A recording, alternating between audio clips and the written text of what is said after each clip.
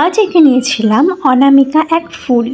তার নাম কি, তার বাড়ি কোথায়, সে কেমন দেখতে, তার ঠিক কেমন রং হওয়া উচিত, এসব কিন্তু কিছুই ভাবিনি। বলতে গেলে আরেকজন শিল্পীর থেকে প্রভাবিত হয়েই আমি এই ড্রয়িংটি বেছে নিয়েছিলাম।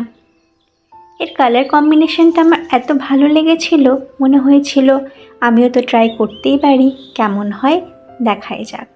নিজের মতন কিছু চেঞ্জেস যদিও আমি করেইছিলাম।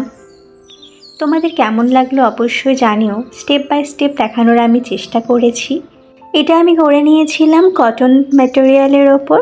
তোমরা চাইলে অন্যান্য ম্যাটেরিয়ালের ওপরও করতেই পারো, তবে কটন ম্যাটেরিয়াল হয়ে যেটা আমাদের সুবিধা হয় সেটা হচ্ছে জল স্প্রেড করার জন্য, এবং আমাদের কিন্তু লক্ষ্য রাখতে হয়। যদি আমরা সিল্ক বা অন্য কোনো ম্যাটেরিয়াল চুজ করি তাহলে কিন্তু আমাদের যথেষ্ট সতর্ক থাকতে হয়, কারণ সুতির তুলনায় কিন্তু সিল্কে আরও তাড়াতাড়ি রং স্প্রেড করে।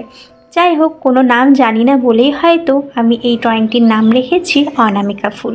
তোমরা যদি কেউ এর নাম জেনে থাকো আমাকে কিন্তু অবশ্যই জানিও, আর ভালো লাগলে তাও জানিও। Thank you.